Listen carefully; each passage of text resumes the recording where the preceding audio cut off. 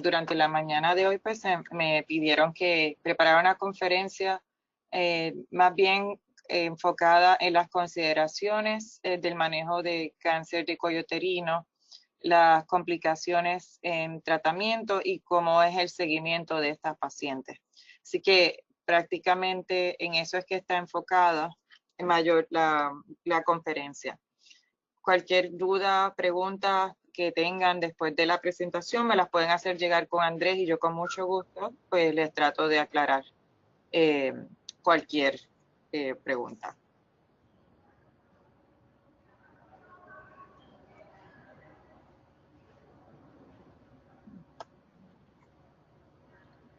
Andrés, ¿tú puedes pasar las conferencias allá? A ver cómo. Doctora, si usted las mueve, nosotros Okay. vamos a ver los cambios. Ahí la estamos viendo. Ok. Bueno, ya.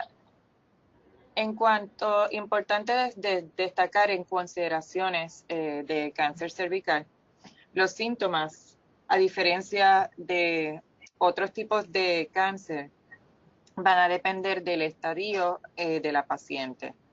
En cáncer cervical, pacientes con estadios tempranos usualmente no van a presentar síntomas. Estos cánceres, la mayoría de las veces, se detectan en exámenes de rutina o cuando se hace una citología cervical. Por eso es que es bien importante el tamizaje en estas pacientes, porque si hacemos un buen tamizaje, podemos detectar la gran mayoría de las lesiones cuando ya están a nivel precanceroso o si fueran cánceres en estadios tempranos.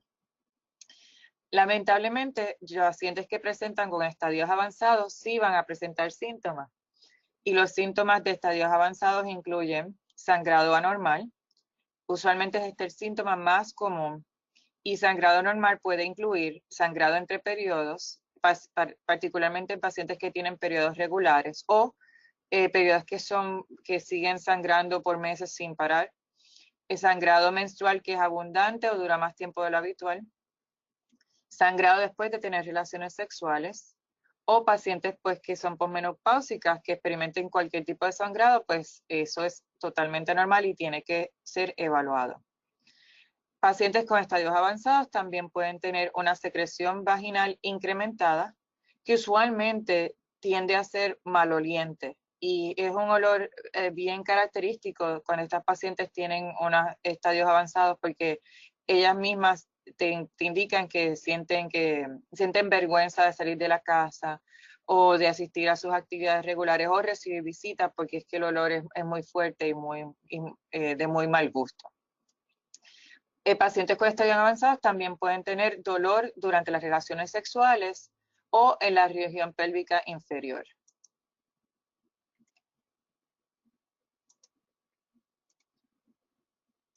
Aquí pues más o menos una fotografía que yo he presentado en múltiples presentaciones para demostrar que el desarrollo de cáncer cervical es un proceso gradual. No es que de la noche a la mañana la paciente desarrolle cáncer. Es un proceso que va de un cervix normal a diferentes etapas de lesiones precancerosas y luego pues desarrolla un cáncer invasivo.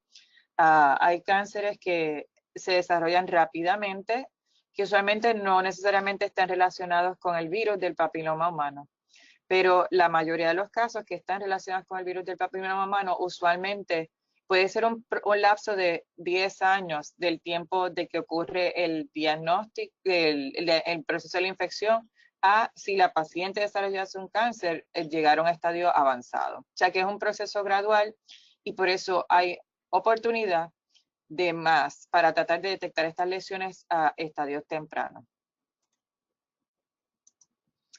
¿Cómo se hace el diagnóstico de cáncer cervical? Pues es un diagnóstico que usualmente se tiene que hacer por biopsia, es un diagnóstico patológico.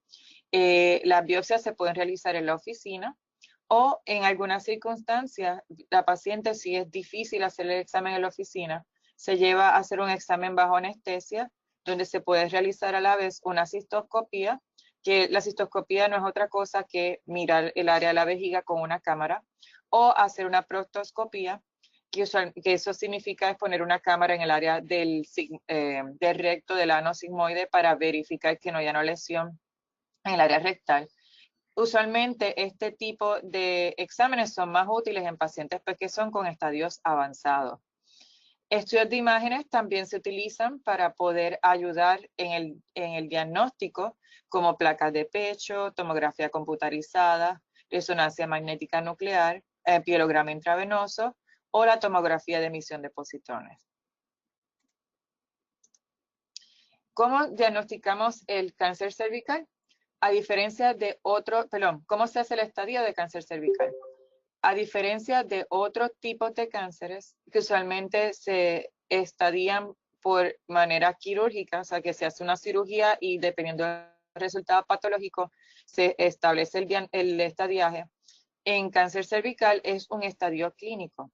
Y la razón por la cual es así es porque la gran mayoría de los casos a nivel mundial de cáncer cervical ocurren en países subdesarrollados, que no tienen acceso a muchos de los estudios de imágenes, a mucha de la tecnología que países que están desarrollados pues tienen acceso a, por múltiples razones.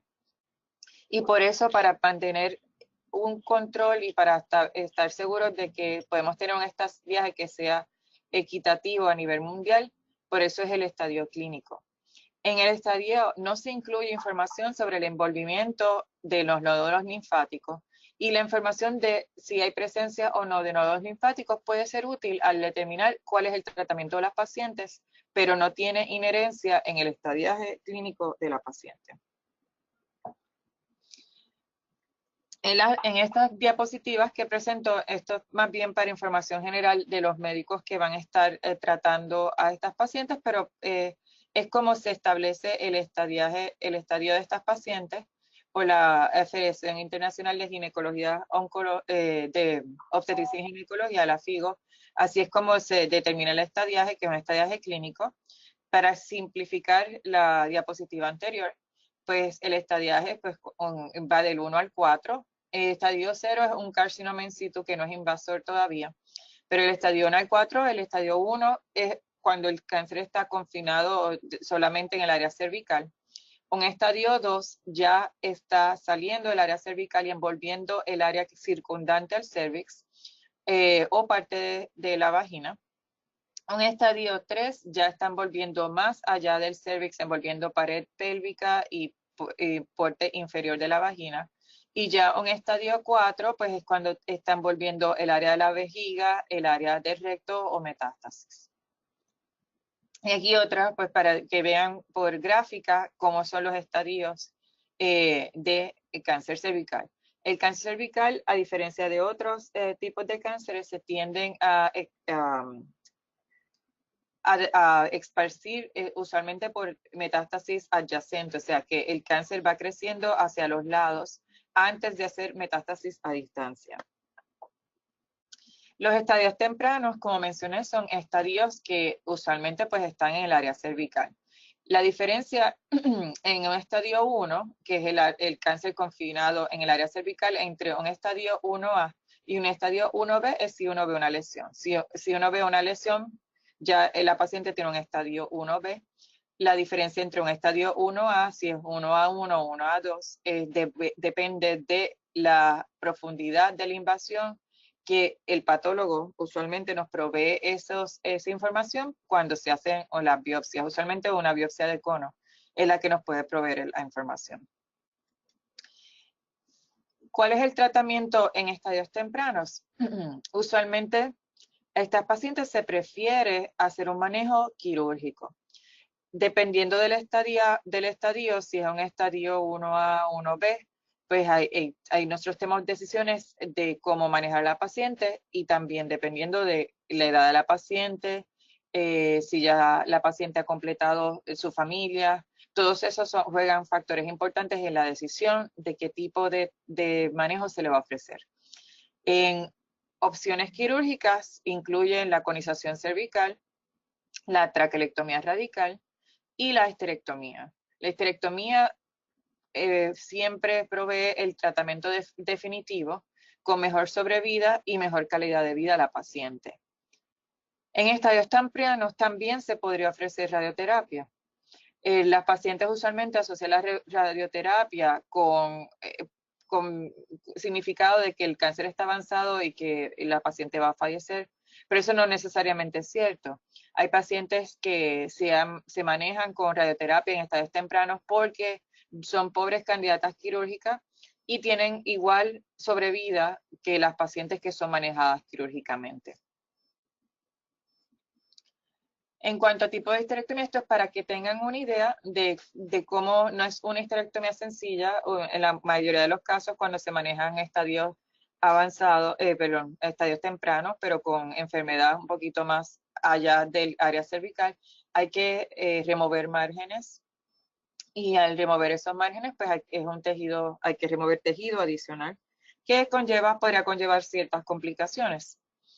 Y aquí, pues, estas fotografías para demostrarles cuál es la diferencia en la fotografía de la izquierda. Es una histerectomía radical, donde ustedes pueden ver que hay tejido más que se remueve hacia los lados del cervix, se remueve parte de la vagina, porque eso es el área del parametrio, que son los márgenes del útero, comparado con la fotografía de la derecha, que usualmente pues esto es una histerectomía sencilla donde el útero se remueve, donde se dividen los vasos sanguíneos del útero, es cerca del útero, que aquí pues no hay márgenes envueltos, el cervix se separa cerca de donde se une a la vagina, o sea que no hay parte de la vagina que se remueve, que este tipo de histerectomía, una paciente que tenga un estadio de cervix 1 a 2 en adelante, pues no es la cirugía mayormente apropiada.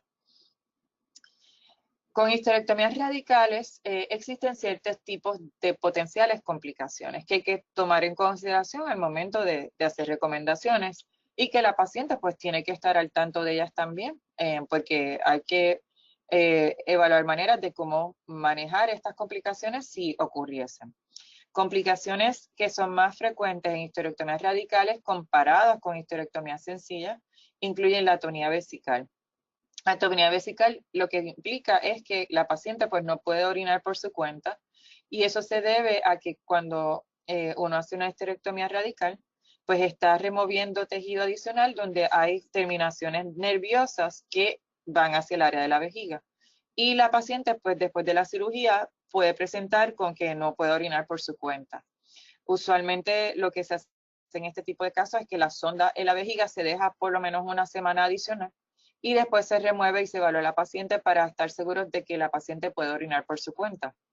En realidad no ocurre con mucha frecuencia. Si ocurriese, pues hay que dejar la sonda por un poco tiempo más para que en lo que la paciente recupera y después se remueve. Solamente no es un daño permanente. Otra posible complicación son las fístulas. Hay unas fístulas una fístula es una conexión anormal entre dos partes del cuerpo que no deberían de estar conectadas. Por ejemplo, pues pueden existir fístulas entre la vejiga y la vagina, se pueden desarrollar fístulas entre el uréter y la vagina o entre el recto y la vagina. Son bastante molestosas porque ya la paciente si desarrolla una fístula no tiene control del proceso de defecación o de orinar y está todo el tiempo la orina saliendo por la vagina y eso pues trae un sinnúmero de otro tipo de complicaciones. Las pacientes podrían experimentar linfedema.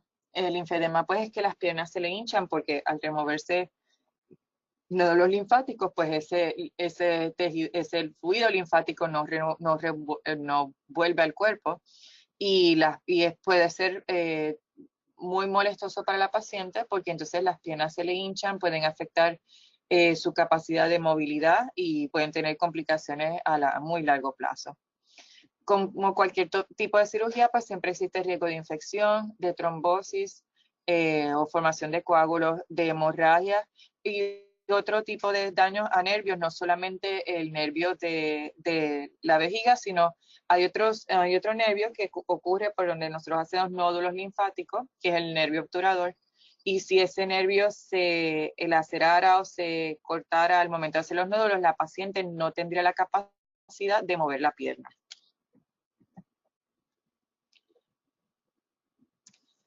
Como les mencioné, el estadio quirúrgico, dependiendo del estadiaje, aquí pues defino los diferentes tipos de histerectomía que se pueden realizar, pero siempre se prefiere un estadio quirúrgico en estadios tempranos si la paciente pues tiene la capacidad de sobrellevar una cirugía como esta. En los estadios 1A2, 1B1, siempre se recomienda la remoción de nódulos linfáticos. Metástasis a ovarios son poco comunes en carcinoma de tipo escamoso, pero versus el tipo de adenocarcinoma, ambos son tipos de histologías que presentan en el área del cervix. Usualmente los ovarios se preservan con más frecuencia en pacientes con carcinoma escamoso. Pacientes con adenocarcinoma se podría preservar el ovario, pero pues como mencioné, existe un riesgo un poco más alto de metástasis a ovario y de otros tipos de metástasis también. En la preservación, pacientes que quieren tener más hijos, que se tratan de evaluar opciones de preservación de fertilidad, pues incluyen en estadio muy temprano, pues tal vez una conización cervical, y en estadio 1B1 tal vez consideran una traquelectomía cervical, pero estas pacientes son muy bien seleccionadas, no es algo que se le ofrece a todo el mundo. La paciente tiene que cumplir con unos requisitos y después de ofrecer este tipo de tratamiento, la paciente va a necesitar tratamiento de infertilidad porque no va a ser capaz de quedar embarazada por su cuenta y a largo plazo puede que ella requiera como quiera una histerectomía. Aquí una fotografía para que vean cómo es la conización, que esto es un procedimiento que se hace ambulatorio, se hace bajo sala de operaciones. Y solamente las pacientes pues recuperan muy rápido.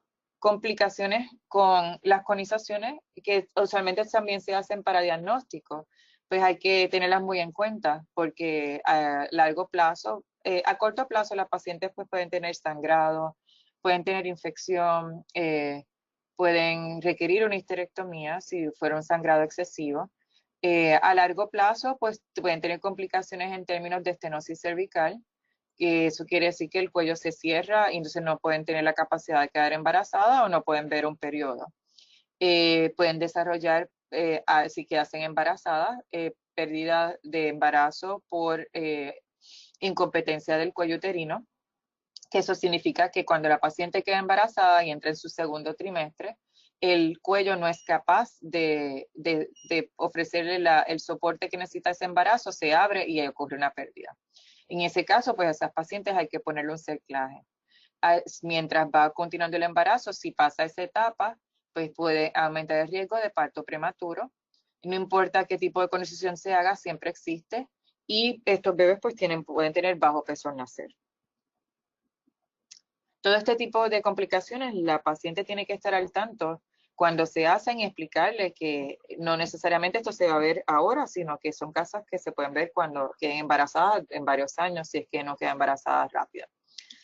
Aquí una fotografía para que vean cómo se ve el útero después de remover el cervix. Esto es una traquelectomía radical, donde la parte superior del útero se conecta al área vaginal. O sea, estas pacientes, pues como no tienen cervix, hay que ponerles un cerclaje, que usualmente se coloca al momento de la cirugía, y un cerclaje abdominal, lo que implica que estas pacientes, número uno, pues van a tener que recibir asistencia por un especialista de infertilidad para quedar embarazada, o sea que esto añade costo a este tipo de tratamientos. Y número dos, que cuando quedas embarazada, si el embarazo se desarrolla sin ningún problema, al momento de el bebé estar por nacer, ella necesita que le hagan una cesárea, porque como tiene un cerclaje abdominal, ella no puede dar a luz vaginal. Aquí una fotografía de cómo es un cervix que se remueve con el tejido, como había mencionado en una histerectomía radical, se remueve parte del tejido de la vagina y parte del tejido que está alrededor del cervix para obtener márgenes. En estadios tempranos, después de que uno hace el diagnóstico, el estadio pues es clínico, y decide hacer una histerectomía, hay pacientes que aún de decidir hacer una histerectomía, podrían estar a riesgo de tener que recibir tratamiento adicional. Y esto pues hay que mencionárselo a las pacientes. Uno trata de definir un tratamiento, un manejo. Si yo escojo hacer un manejo quirúrgico, siempre lo que pienso es que el riesgo de que yo le tenga que dar radiación a esa paciente después de la cirugía sea mínimo. Pero lamentablemente toda esa información a veces uno no la tiene de primera instancia. Alguna de esa información pues se la dan, uno la obtiene cuando llegan los resultados patológicos y hay pacientes pues que hay que darle tratamiento. Esto es una lista que no voy a ir en detalle porque esto le compete más a los médicos cuando después de la cirugía para decidir el tratamiento, usualmente el oncólogo, el radiólogo oncólogo o el ginecólogo oncólogo, pero para que tengan una idea de cómo es que nosotros definimos tratamiento. A pacientes que tienen una lesión de 4 centímetros o más visible, a esas pacientes, aunque podría hacerse una cirugía, ya uno sabe de entrada que esa paciente hay que darle tratamiento y por lo general usualmente se le da tratamiento de radiación, porque el riesgo de recurrencia o muerte en estas pacientes, si solamente se le hace cirugía y no se le da el tratamiento, es de hasta un 30%. O sea que hay que mirar el patológico, estar seguro de que no haya presencia de ninguna de estas cosas para tomar la decisión si la paciente necesita o no tratamiento. Tratamiento adyuvante en pacientes que se le hizo cirugía y se vio que tenían márgenes positivos, envolvimiento de nodos pélvicos, el movimiento del parametrio, pues a estas pacientes hay que darle tratamiento, aunque se haya removido la mayor presencia de cáncer, porque el riesgo de recurrencia es de un 40% y el riesgo de muerte es de un 50% si solamente se le da tratamiento quirúrgico. Si la meta de nosotros es curar a la paciente, pues tenemos que ofrecerle este tratamiento. El pronóstico de las pacientes pues va a depender del estadio, del estatus de los nódulos linfáticos y también del número de nódulos linfáticos positivos. Yo le mencioné que los nódulos linfáticos no tienen nada que ver con el estadiaje, pero sí tienen mucho que ver con el pronóstico de la paciente.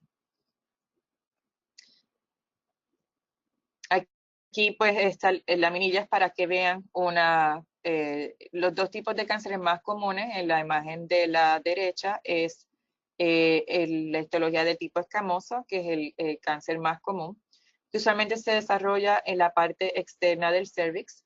Y en la imagen de la derecha, perdón, de la izquierda, de la derecha es estadio de una histología de adenocarcinoma, que usualmente se desarrolla en el área endocervical. Se ve más comúnmente en pacientes ya adultas, porque el cáncer se desarrolla con mayor frecuencia en el área del endocuello.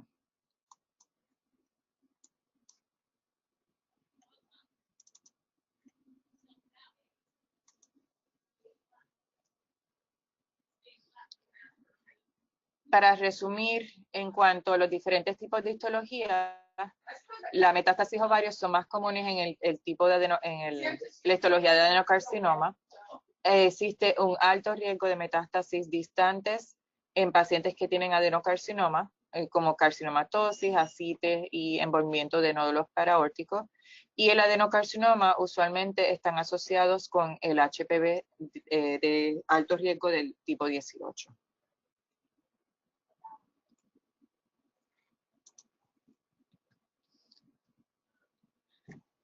Las pacientes con estadios avanzados, que son un estadio 1B2 al 4A, tienen mayor riesgo de recurrencia y peor sobrevida de aquellas que tienen estadios afectadas con estadios tempranos. Por eso es que es muy importante, yo les he recalcado mucho la importancia del tamizaje, porque el cáncer de cervix es algo que se puede prevenir si se detecta en estadios, en lesiones preinvasivas y se puede manejar. Igualmente la vacunación pues es muy importante porque al vacunar pues prevenimos de que nuestras poblaciones se contagien con estos virus que sabemos que pueden causar cáncer. El riesgo de recurrencia de pacientes que tienen estadios avanzados es de un 30% y la sobrevida a 5 años de estas pacientes si es un estadio 1B de un 80%, pero ya estadios de 3 hacia adelante, la sobrevida es muy baja. Y aquí, pues, más o menos definiciones de cómo es el estadio avanzado. Un estadio 1B es un estadio temprano, pero no se lo llamamos localmente avanzado porque ya estás dentro del cervix, pero ya se está empezando a expandir hacia los tejidos que están alrededor del área cervical. Un estadio 2 invade más allá del útero, pero no a la pared pélvica o al tercio inferior de la vagina. Ya un estadio 3 envuelve ya la pared pélvica, y en el estadio 4 pues ya envolvimiento de la vejiga, envolvimiento del recto o metástasis. Esta fotografía es para que vean, ya está un estadio 3, paciente que tiene obstrucción renal, donde vemos dilatación de las pelvises renales con hidronefrosis. Y esto es una pilograma intravenoso demostrando dilatación del riñón derecho, donde pues demuestra que hay una obstrucción que está causando problemas a la paciente. Si hay evidencia de obstrucción renal en estas pacientes que usualmente se ve muy común con estadios avanzados, la misma debe ser tratada. Las pacientes a las cuales se le corrigió la obstrucción renal tuvieron un periodo más prolongado de sobrevida, libre de progresión y de sobrevida a largo plazo.